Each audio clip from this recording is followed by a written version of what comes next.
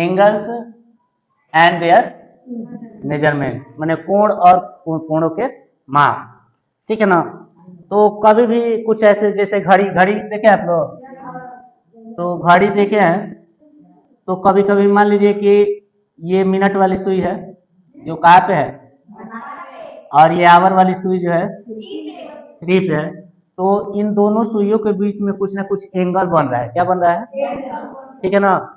अगर दो सुइयां इधर उधर हैं, अब मान लीजिए कि यहाँ पे है, तो भी कुछ ना कुछ एंगल बना ही रहे होंगे। तो ऐसे ही कोई भी एंगल बनाने के लिए हमें कम से कम दो रे का उपयोग करना पड़ेगा।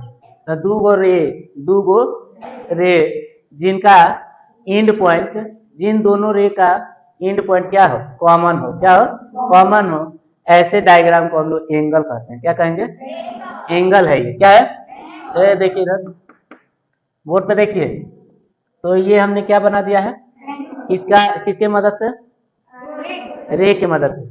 कभी भी आप लोग कल चाहे जो भी जब भी पढ़े होंगे, रे के बारे में पढ़े होंगे, ए और मान लीजिए कि तो यहाँ पे हम लोग बी लिख देते हैं, यहाँ पे ए लिख देते हैं।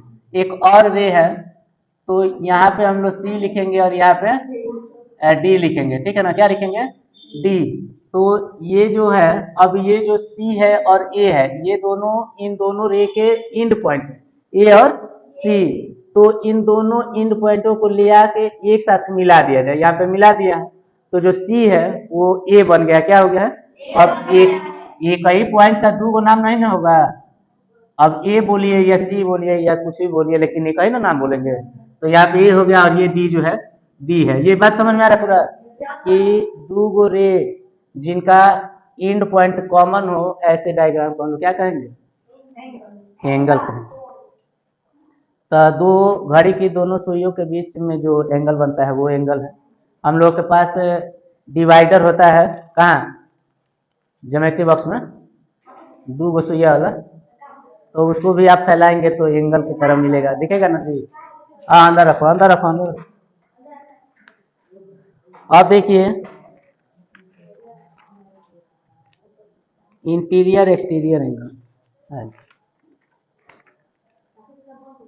देखिए तो एक एंगल का थोड़ा समझ लीजिए आज अच्छे से, कि एक एंगल का नाम, अब इस एंगल का नाम हम लोग तीन तरीकों से लिख सकते हैं। कैसे, पहले तो इसका एंगल ए भी नाम लिख सकते हैं। यहाँ पे इसको वर्टेक्स बोलते हैं। क्या बोलते हैं, हाँ, कॉमन पॉइंट को, दोनों रे के कॉमन पॉइंट को वर्टेक्स कहते हैं, ठीक है ना।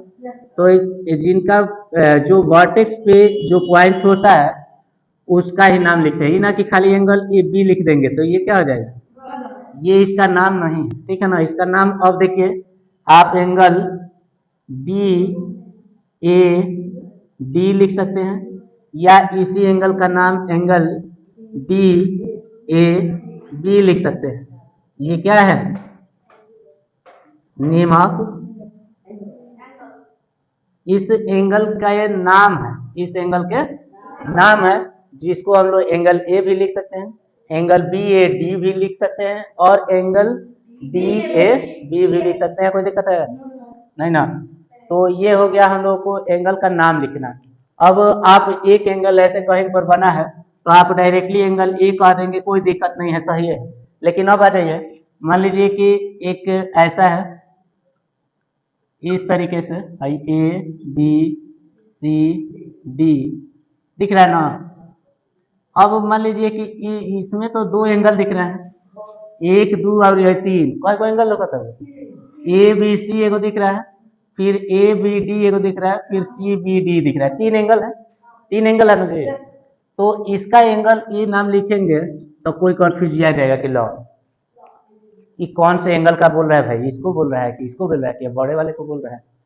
तो इसलिए इस समय इसका नाम हम लोग ऐसे नहीं लिख सकते। देखा ना है लक्ष्मी, मना बिना डंट गिरले ना मन बा, इन्हें सीधा हो जाए कोना पे छोड़ दो कापी तक, तन देख ले लो, तन आगे भी बहुत ज्यादा ये फायदा करेगा, ठीक है ना। तो आइए, तो इसका नाम हम लोग लिखेंगे एंगल ए बी सी। अब ये देखते ही पता चलेगा कि किस एंगल के बारे में लिखा गया, ए बी सी, इस एंगल का नाम लिखा गया ना जी। अब ये नहीं ना कोई कह सकता है कि इसका नाम लिखा गया है, कोई नहीं कहेगा। उसी तरीके से ये हम लोग का सही हुआ। फिर इसका नाम लिखना है तो एंगल सी बी डी, ये क्या कहते हैं, इसी का नाम फिर लिखना है। तो फिर लिखेंगे मैंने सी बी ए लिखेंगे तो उसी का नाम हो जाएगा। और ये लिखा है C B D C B, अब इसका नाम हो गया ना जी। तो ये हो गया हम लोग का। अब मान लीजिए सबसे बड़े वाले का नाम लिखेंगे तो एंगल ए बी डी। अब ये संयोग से आपको खाली बी लिख देंगे तो गलत हो जाएगा। मतलब कब कब भी लिख सकते हैं, हम लिखेंगे कब, जब बताएंगे कि हाँ भाई हम इस एंगल का नाम बी लिखे हैं, तो हम लिखे हैं, आप लोग सामने बैठे हैं तो आप समझ जाएंगे कि हाँ सर इसका नाम बी लिखे। अब इसी तरीके से आप मान लीजिए कि एग्जाम में लिख देंगे तो चेक करने वाला क्या जाने कि कौन लिखा है। ठीक, तो क्लियर है। एंगल और इनका माप, एंगल का माप हमेशा डिग्री में होता है। क्या होता है, मतलब कोई पूछे कि एंगल को किस में मापा जाता है, डिग्री में मापा जाता है। ठीक है ना, 0 डिग्री, फिर 10 degree, 30 degree, 15 degree, 60 degree, 90 degree, 45 degree, 70 degree, 120 degree, 180 degree. ठीक है ना। अब देखिए आते हैं, मिटा दे। एंगल को हिंदी में क्या कहते हैं जी, कोण। मेजरमेंट को माप। अब देखिए अभी हमने बताया है कि कोई भी एंगल बनाने के लिए हमको किसकी मदद लेनी पड़ती है, रे, किसकी, और इसका नाम हम लोग लिखते हैं ए बी। और आप लोग भली बात बहुत अच्छे से जानते हैं कि रे जो है हमेशा एक तरफ बढ़ते रहते हैं। कहाँ तक बढ़ेंगे, कहाँ तक, और ये वाला मुड़ेगा नहीं ना, सीधा ना जाएगा। तो अगर कोई पॉइंट है, मान लीजिए ये पी है, तो ये पी पॉइंट है जो एंगल ए बी सी के इंटीरियर रीजन में है। कहाँ पे है, हाँ ये कहाँ पे है। अब ये वाला आप लोग बताएंगे जी, पॉइंट ओ कहाँ पे है, इंटीरियर में है कि एक्सटीरियर में है, इंटीरियर में। ठीक है, अभी हमने बताया है कि ये जो पॉइंट ए है यहीं पर नहीं स्थित है, ये तो बढ़ता जाता है। कहाँ तक बढ़ेगा, मैंने हे क्षेत्र में कहीं आ जी हम, तो इंटीरियर है। अब इससे बाहर इधर हो जाएगा पॉइंट आ, तो ये जो है एक्सटीरियर रीजन में, ये जो है एक्सटीरियर रीजन में। और मान लीजिए कि यहाँ पे हो जाएगा हम लोग का, तो ये पॉइंट है ऑन द एंगल। कहाँ पे है, हाँ, कोई पूछ सकता है आपका लिखे जी, तो ये कहाँ पे है, ऑन द।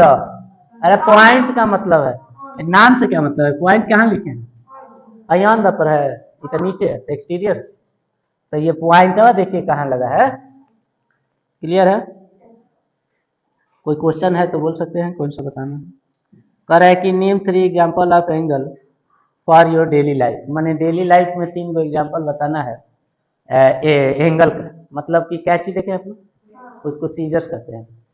ऐसे फैलाएंगे तो एंगल बनाएगा कि नहीं, डिवाइडर है, डिवाइडर, लिखेंगे हैंड्स ऑफ क्लॉक, 3 हो गया, डिवाइडर, कौन डिवाइडर, ठीक है।